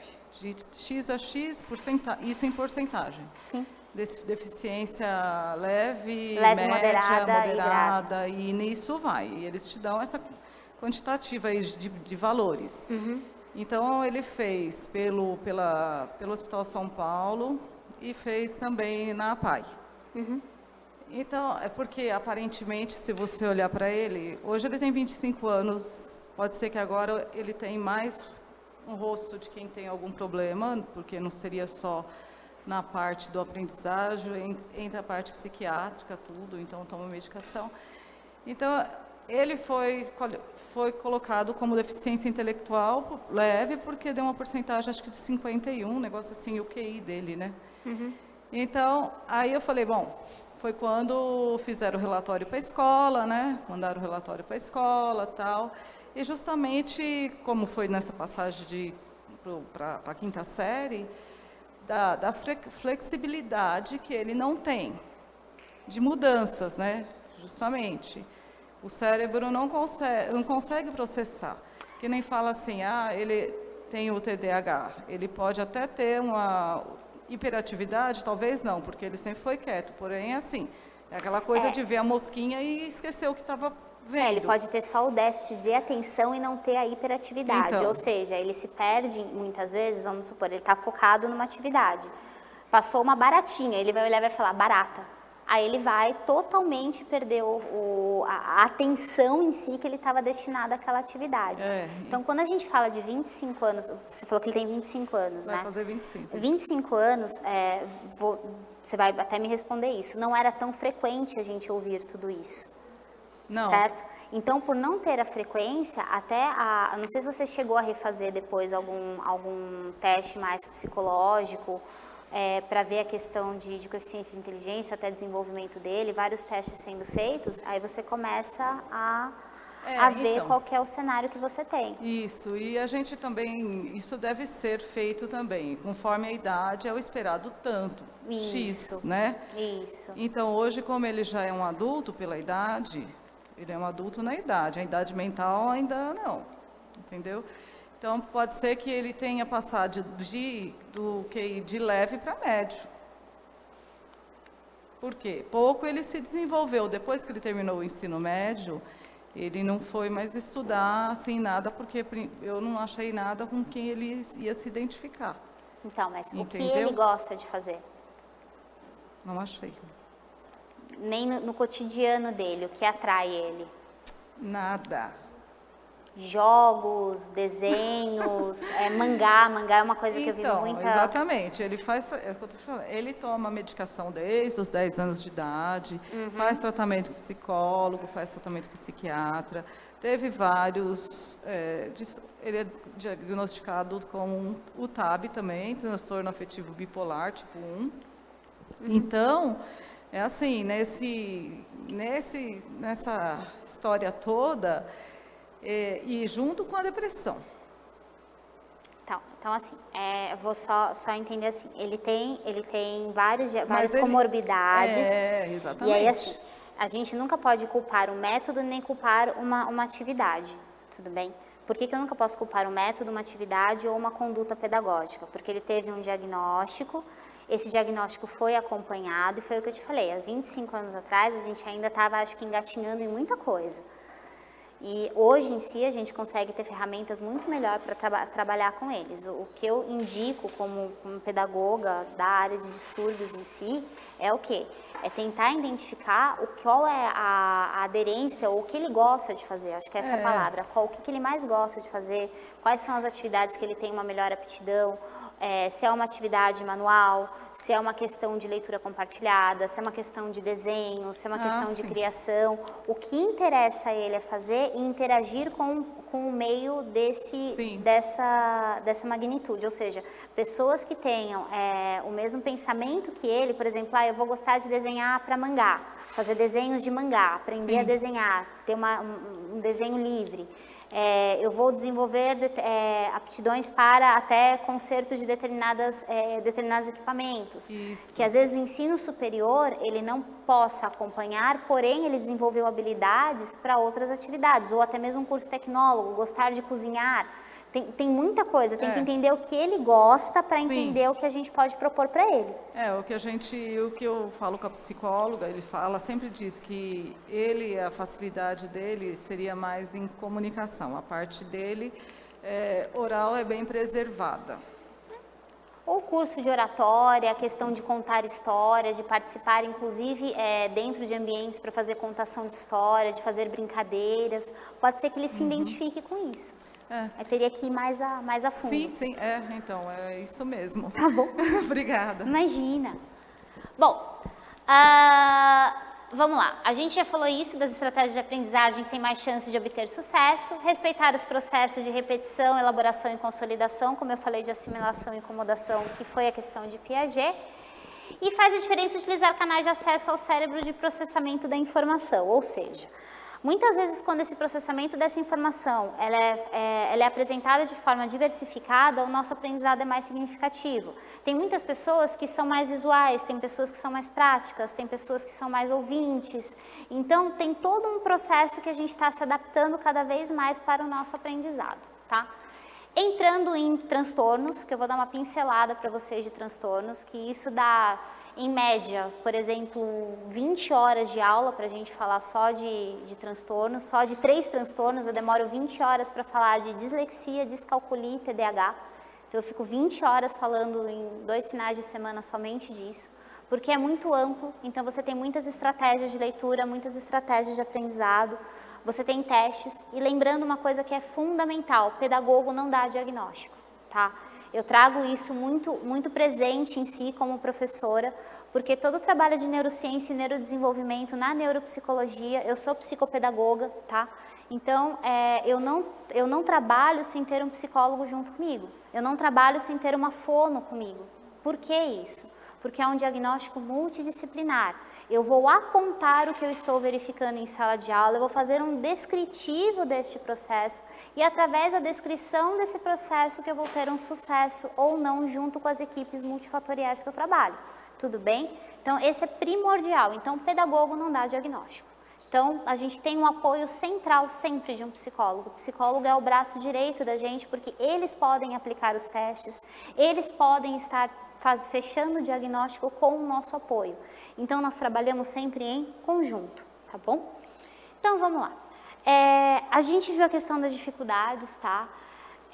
São problemas heterogêneos, então ele nunca está voltado somente ao aluno, então eu tenho o ambiente que o aluno está inserido, eu tenho a questão de comorbidades genéticas, eu tenho a questão de família, eu tenho a questão de trauma, eu tenho a questão de acidentes que aconteceram durante o processo, então estão N fatores, então eu não posso nunca falar assim, essa pessoa não tinha uma deficiência e ela foi lá, ela portou essa deficiência. Então, tem até um termo que a gente fala muito, que eu não sou portador de deficiência. O que é portador? Eu vou lá, eu porto alguma coisa, não quero mais, não vou mais pegar, tá? E eu não passo no processo de transição, ou seja, hoje eu tenho dislexia, amanhã eu tenho TDAH, amanhã eu tenho uma DI, amanhã eu viro autista, não é assim bagunçado, tá? Existe o diagnóstico fechado, se eu tenho em si o transtorno, esse transtorno tem que ser acompanhado e eu vou minimizar esses efeitos. Tem cura? Sim ou não? O que vocês acham? Tem cura? Não tem cura, tem acompanhamento. O acompanhamento é por toda a vida, tá? Então, vamos lá. Eu vou entrar só em dislexia, que eu acho que eu estou com o tempo curto, mas embora a aprendizagem ocorra no cérebro, nem sempre a causa original das atividades, são observadas, e você tem a questão da pessoa estar em plena condição de saúde, tá? Dependendo do local que você está, dá um exemplo prático. Você está com fome, você consegue aprender? Você vai trocar as letras se você está com fome, vai pensar num cheeseburger ao invés de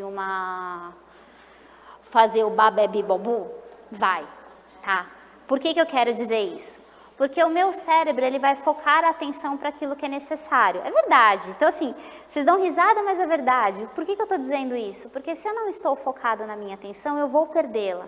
E se eu perdê-la, eu não vou ter aprendizado. E eu posso ser diagnosticado, às vezes, com uma coisa que nem existe. Então, hoje a nossa realidade ela é um pouco complicada, tá?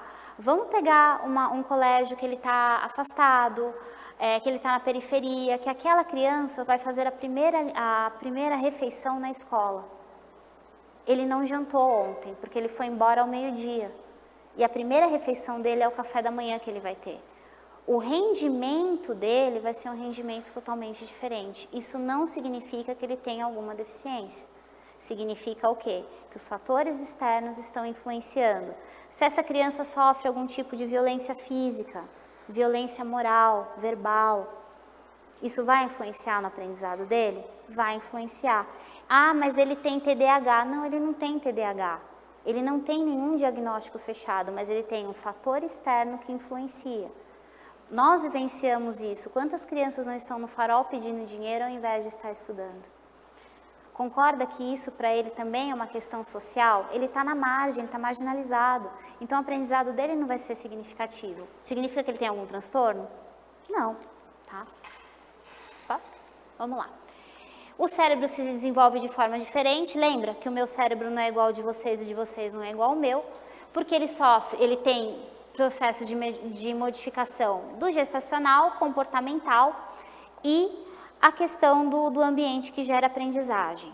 Hoje, os jovens que vão vindo hoje em dia, eu falo, os adolescentes que estão vindo hoje em dia, maconha, narguile e álcool e combinações afins, elas são vistas como benéficas para eu dar a minha relaxada.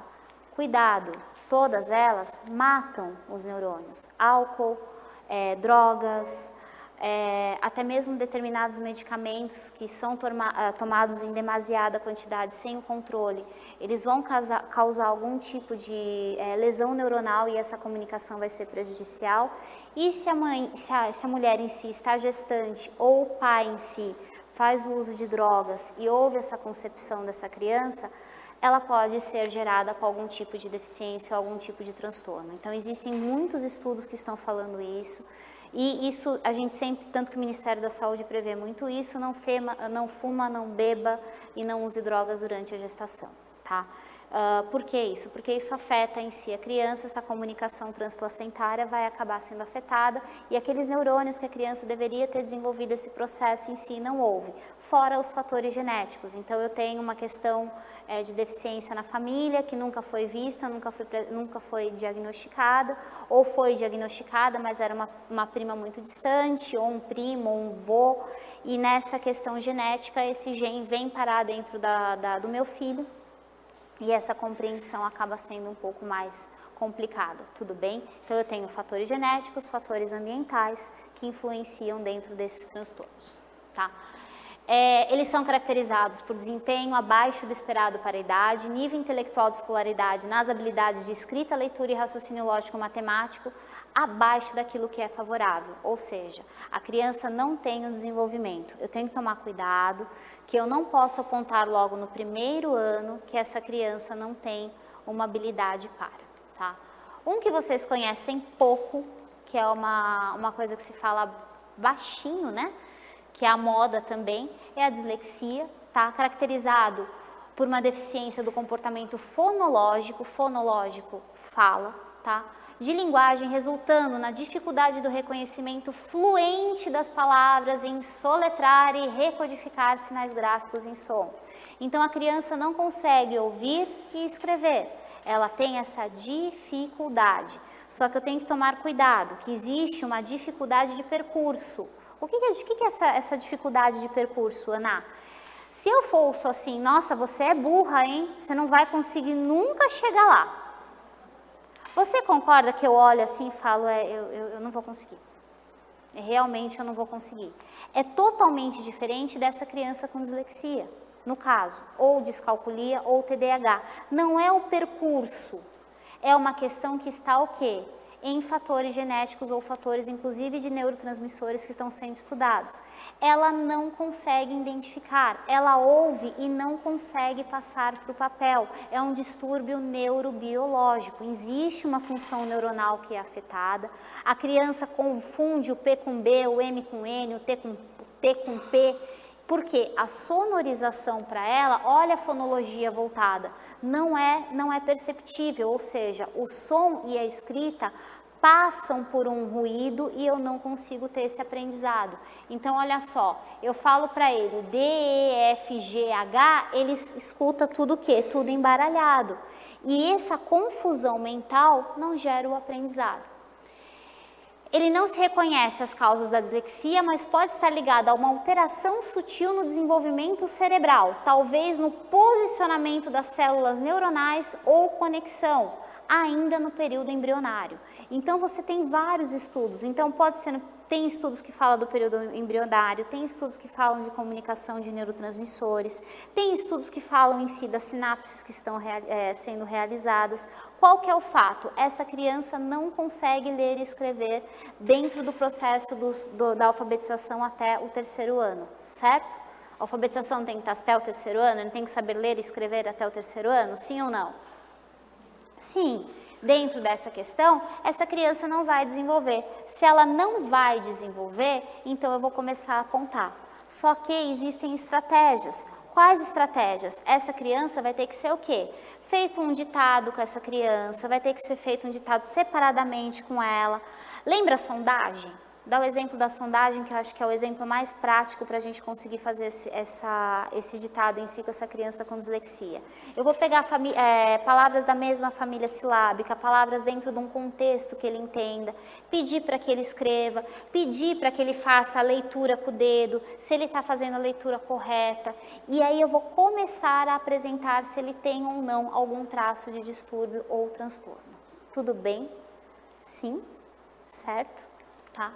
E a indicação de que o treinamento intensivo das habilidades de associar os sons com as letras podem ter efeito positivo na capacidade de leitura do disléxico. Então, essa criança com dislexia, se ela está em grupinhos, que hoje as salas são feitas até mesmo em grupinhos, se ela senta com crianças que têm essa habilidade mais desenvolvida e ela vê o que, eu tenho uma criança que é normal, com um comprometimento normal, que não tem... está aprendendo dentro do momento que eu espero.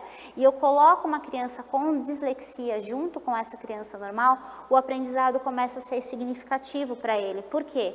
Porque ele vê que o outro consegue também passar para ele a mensagem e ele consegue fazer essa troca de informação. Tudo bem? Sim ou não? Certo? Dislexia? Tá? A gente tem a escrita espelhada, erros ortográficos, demora na construção de frases, então essa criança não faz frases, ela usa determinadas letras repetitivas, normalmente ela vai usar as letras voltadas ao nome dela, então no meu caso eu sou Ana Paula, então eu fico mais usando o A, o N, o L, sempre usando as mesmas letras, independente das palavras que eu estou sendo formatada. Dificuldade em seguir ordens longas, ou seja, eu tenho que ser muito prático para aquela criança. Como transtorno de déficit de atenção e hiperatividade, eu tenho que dar a ordem correta, sem falar assim, primeiro vou dar básico. Primeiro você vai estender a cama, depois você vai colocar a colcha, depois você vai colocar as almofadas. Ana, vamos lá, vamos estender a cama. E ela vai ter que o quê? Entender que é a ordem para ela fazer aquele movimento. Falta de concentração e leitura lenta e pouco fluente. Se eu tenho uma leitura lenta e pouco fluente, eu tenho que trabalhar cada vez mais essa leitura, iniciando com textos curtos, textos significativos. Hoje, a diversidade literária que nós temos para trabalho com essas crianças é muito grande. Então, os textos estão sendo mais adaptados. E essa adaptação torna que a criança esteja um mundo mais perceptível. O auxílio dos pais, às vezes, para a leitura de uma placa, para a leitura de daqueles panfletos que são entregues, mesmo no shopping, ou até mesmo na bandeja da praça de alimentação, isso torna significativo. Por quê? Porque a criança está entrando em contato com as letras, e ela está vendo que o mundo dela é letras e ela tem que ter esse conhecimento. Tem cura? O que vocês acham? Falei isso no começo. Não tem cura, mas tem o quê? Um acompanhamento. Ou seja, com o decorrer do tempo, ou seja, na fase adulta, isso muitas vezes não é perceptível, tá bom? Quando eu começo a identificar isso? 6, 7 anos eu começo a ter alguns sinais que vão identificar principalmente dos erros na construção da frase. Eu tenho que tomar cuidado com a condição social desse indivíduo, ou seja, se essa criança tem um ambiente letrado, se ela tem o contato com a comunicação oral, com a comunicação escrita, ele é um ponto de atenção, porque eu tenho que acompanhar ele. O cantinho da leitura dentro da sala de aula tem que estar presente, eu tenho que acompanhar ele dentro do desenvolvimento. Virou adulto, isso me desabona ele para estar executando determinadas atividades? Sim ou não? Não desabona, tá? Até veio uma questão uma vez, Ana, ele pode ser um revisor de texto? Então, eu tenho que lembrar que ele tem uma dificuldade em erros ortográficos. Então, será que revisor de texto é a melhor saída? Eu não posso pedir para ele escrever os textos e eu colocar alguém para revisar o texto, não é diferente? Mas ele, como carro-chefe de uma revisão, é mais complicado. E numa apresentação de uma reunião não tem problema, falar em público não tem problema, não existe nada que abone isso. Mas sempre tem que ter alguém olhando uma apresentação, tudo bem? Certo? Tá? Descalculia. Descalculia, a dificuldade em si com a matemática, mas voltada a operações matemáticas e compreensão desse texto. Aonde eu quero chegar? Não é que ele não sabe fazer 1 mais 1, mas olha só, ele tem o domínio de atividades básicas de adição, subtração, multiplicação e divisão, mais do que matemáticas abstratas, que é envolvendo a álgebra. Ou seja, olhem que vocês estão em um quadrilátero. Vocês perceberam isso? Um quadrilátero é um polígono de quantos lados? 4. É um quadrado? Não, é um quadrilátero. Tudo bem ou não? Então, essa abstração e a compreensão de problemas para descalculia, ela é muito mais difícil. Essa criança não consegue ter essa visão. Olha a sua mesa, você tem um outro polígono, aí você fica 1, 2, 3, 4, 5. Essa percepção de um problema. João tinha 4 maçãs, ganhou 3 maçãs. Quantas maçãs ele tem? O seu raciocínio, lógico, é rápido. Quantas maçãs João tem? 4 com 3? 7. Essa criança tem que ser palpável. Ele tinha 4 maçãs, dá 4 maçãs, mostra para ele mais 3 maçãs. A descalculia no Brasil é um tema que a gente tem muita dificuldade por conta da literatura não apresentar tantos recursos para a gente trabalhar. Tanto o DSM-5, que é o manual psiquiátrico que utiliza-se para referência das doenças, como a CID-10, ela traz toda essa definição, porém, a área específica para atuação e recursos acaba sendo um pouco mais limitada para a gente. Para esses alunos, a questão da apresentação do problema de forma destrinchada, ou seja, eu apresentar o problema de formas pausadas, ela se torna muito mais significativa para ele. Tudo bem? Sim ou não? Certo? Tá? Não se conhece causas para descalculia, mas haver uma alteração nos circuitos por lesão precoce por defeito genético. Então, eu entro de novo na genética com relação a esse distúrbio. Tem cura? Tem medicamento? Tem controle, se ele tiver normalmente uma comorbidade associada, mas eu não vou dar um medicamento para ele e falar para ele que ele tem a cura, tá? Cuidado que na internet você acha muito medicamento para cura de dislexia, descalculia, autismo, deficiência intelectual e TDAH. Houve uma reportagem faz pouco tempo que foi passado, que teve crianças que tiveram corrosão do tubo, da questão da garganta, do esôfago, estômago, porque era cândida, tá? Era cândida com eucalipto. E a cândida com eucalipto, os pais, eu não culpo os pais, tá? Eu não culpo os pais porque o pai quer o melhor para a criança. e ela viu naquela propaganda uma cura para o problema que o filho estava enfrentando e que ele estava sofrendo um preconceito. E aí ele queria que isso não tivesse mais acontecendo, tá? Então ela acabou, a criança teve corrosão de tubo. Então isso daí não existe cura, existe acompanhamento e tratamento, tá? Síndrome de Down, que é a minha área preferida, que é a deficiência intelectual, para entendimento, para estudo, tá? O autismo e o transtorno de déficit de atenção e hiperatividade são síndromes que produzem alterações dos circuitos cerebrais, comprometendo aspectos do comportamento e influenciam a aprendizagem. A deficiência intelectual, que a gente estava conversando com a Rita, ele vai ter sim um comprometimento intelectual dentro do aprendizado dele. Esse comprometimento não volta, ou seja, eu vou ter que criar técnicas e habilidades para que ele se desenvolva. Normalmente, hoje, a síndrome de Down, que eu vou dar o exemplo da deficiência intelectual, ela não vem sozinha, ela vem somada a um TDAH, ela vem com uma dislexia, ela vem com uma descalculia.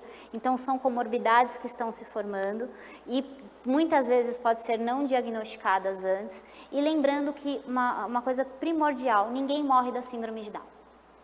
Eu não morro porque eu tenho um cromossomo a mais. Eu vou ter uma questão voltadas ao coração, ao funcionamento do trato gastrointestinal, e isso sim pode ocorrer. Caso contrário, o aprendizado é totalmente significativo para essa criança dentro do limite delas, tudo bem ou não. Então, hoje, essa criança passa pela inclusão social em sala de aula e ela pode ter esse aprendizado. Ela não vai aprender da mesma forma rápida em si, eficaz, que você espera que os outros aprendam, mas ela vai ter o aprendizado significativo, tá? O autismo em si, que é um transtorno global de desenvolvimento, tá? Ele tem a questão voltada ao aprendizado, pela falta de concentração, muitas vezes, a atividade que ele está executando, tudo bem? Muitas vezes hoje, até você fechar um diagnóstico de autismo no Brasil hoje, você tem um período muito grande, ou seja, eu demoro demais para trabalhar isso, demoro demais para descobrir o que é, e a gente sempre fala assim, que normalmente a criança não tem autismo, tá? Então, eu acho que vocês não conhecem o Salomon Schwartzman, que é quem fala demais de autismo, tá? Eu tive o prazer de ficar com ele no Mackenzie, junto com ele e com o Décio Brunoni, trabalhando toda essa parte de comportamento em si, desenvolvimento da linguagem oral. E dentro disso ele é muito objetivo, né? Por que demora tanto tempo? Porque é um diagnóstico demorado e você não pode colocar determinadas características como rótulos. Ele tem estereotipia. Ele não se socializa. Ele não fala com ninguém. Faz pouco tempo recebi um relato, né, de uma mãe e de uma professora, principalmente o que pesou mais foi o da professora, né, dizendo que a criança não interagia, que ela não falava com ninguém, que ela não gostava de ninguém, que ela chamava e ele não ouvia. E isso foi parar pra gente. Quando chega isso, você pensa o quê? Poxa, vamos conhecer a criança, tudo. O que eu vou eliminar primeiro? As questões sensoriais. O que é sensorial? Quais são os 5 órgãos do sentido? Visão, audição, tato, olfato, paladar. Se eu não ouço, eu vou executar aquilo que você está pedindo? A criança só tinha um problema que ela não tinha o desenvolvimento de ductos em si, da orelha interna, e ela não escutava. Só isso. Ela começou a escutar, ela começou a ter aprendizado. Mas a professora falou, e ainda veio o diagnóstico da professora que eu fiquei muito feliz, este aluno tem autismo. Ele não se socializa, gente, se ele não se socializa, ele não vai querer aprender. Pensa você não ouvindo, você não é. O autista em si, o barulho para ele é altamente irritante, olha a diferença. O barulho para ele não consegue identificar vários sons. Por exemplo, se vocês começarem a falar, eu vou focar no que as meninas estão conversando ali, no que as meninas estão conversando aqui, mas ele não vai conseguir entender o que está acontecendo. Mas isso é uma característica, não significa que para fechar diagnóstico eu tenho isso, tá? E o transtorno de déficit de atenção e hiperatividade, pode haver a hiperatividade ou não, mas pode ter o transtorno de déficit de atenção, que era o que a gente estava conversando, a criança não tem essa concentração ela acaba falhando em si do processo, porque ele se prende a uma coisa que está acontecendo. Então, se passa um ursinho, ele vai olhar o ursinho, o que ele está fazendo não tem a mínima atividade, não tem o mínimo sentido para ele. Não significa que Ritalina, que é a medicação que normalmente se começa utilizando para o TDAH, que deve ser usado com as crianças de forma desenfreada. Criança tem que ser criança. Fazer arte faz parte da criança. E não é má educação que é transtorno de déficit de atenção e hiperatividade. Tem todos os sintomas, tem todos os sinais, tem um acompanhamento quase de 1 ano que é feito para identificar o que essa criança faz. Para crianças com TDAH, por exemplo, sabe planner, que agora está muito na moda, que todo mundo acha legal, que não é mais agenda, é planner que a gente usa, que eu vou planejar as minhas atividades. A criança a gente usa murais de cores, para ela saber que quando ela acorda, ela vai pegar o post-it rosa e ela vai estender a cama, e depois ela vai para o post-it amarelo, que ela vai lavar a louça. E você vai criando regras para ele, para ela não se desviar a atenção. E principalmente com o transtorno, você pediu para fazer uma atividade de leitura e escrita dentro daquele contexto. Ele não respondeu todas as informações. Você vai falar para ele, puxa, que burro, você não respondeu tudo? Ah, tem que ser você mesmo, você tem TDAH, tinha certeza que isso ia acontecer. Ao contrário, muito bem, de 5 atividades você fez 2, que ótimo, vamos construir as demais, certo? E para tanto o autista quanto o transtorno de déficit de atenção e hiperatividade, cuidado com a tarefa que você vai colocar para fazer essa pessoa. Nós tínhamos um caso de um aluno, né, um paciente em si, que ele foi diagnosticado com autismo, muitos anos tratando tudo, ele passou na Caixa Econômica Federal. Puxa, que legal. Passou, vai trabalhar, tudo. E dentro desse desenvolvimento dele, ele tinha uma dificuldade em socialização. Foi feito um laudo e esse laudo apontava a dificuldade de socialização. Ele chegou na agência, porque Caixa Econômica é um lugar assim que você se sente confortável, né? Você vai no banco já feliz. Acho que todo mundo vai no banco feliz, paga a conta, vai sempre livre, sem problemas. E aí ele entrou no banco. Ele entrou aonde colocaram ele para atuar. Adivinha? O primeiro atendimento ao cliente para ouvir a reclamação da pessoa, que você fica naquela fila de 2h30 para pegar a senha. O que aconteceu no dia? Ele destruiu a agência bancária. Eu acho assim, nesse momento você fala assim, mas eu não avisei, a gente não mandou um laudo falando para ele que ele não podia, não tinha mais nada para ele fazer isso. Ah, mas o gestor não viu o laudo. Assunto encerrado. Pergunta se ele voltou para a tarefa. Não, aí teve toda uma regressão de novo, porque todo mundo achou que ele era louco, foi taxado. Você entende? Não é esse o momento. Você convive normalmente. Tudo bem? Sim? Tá. Sala de aula em si, eu achei isso muito legal que eu busquei para trazer para vocês, tá? A emoção reforça os caminhos neuronais, o cérebro evolui para preservar os conteúdos que têm um acervo emocional. Quanto mais vezes a amígdala, que é associada às emoções, for ativada em uma experiência, maiores serão as chances do evento ser guardado. Quanto mais significativo, melhor. Quanto menos significativo, pior. Se eu ativo as minhas emoções, se eu dou um sorriso, se eu trago se eu libero bons neurotransmissores, maior é a minha sensação de prazer e melhor esse aprendizado vai ser significativo. Equilibrar o aprendizado racional com as vidas de cotidiano e sentimental do aluno. Foi o que eu estava falando no método de alfabetização. Não existe métodos incorretos ou corretos, existe o método contextualizado. Qualquer aprendizado que vocês forem executar em sala de aula, se eu não uso uma forma contextualizada, não há significação. Se não há significação, não há aprendizado. Se não há aprendizado, eu rotulo ele como um transtorno ou uma deficiência. Sono. Dormir faz bem. Eu sei que assistir Netflix é super legal, saber final de futebol americano é super legal, acompanhar futebol é super legal, assistir o final da novela mais ainda, mas o seu sono faz diferença para você. Então a nossa jornada de trabalho ela acaba sendo extensa e a gente não dorme. Tem pessoas que dormir 5 horas por noite é suficiente, eu falo por mim, se eu pudesse dormir 8, 9 horas por noite, eu fico muito melhor do que eu não descansar. Criança, se não descansa, não aprende.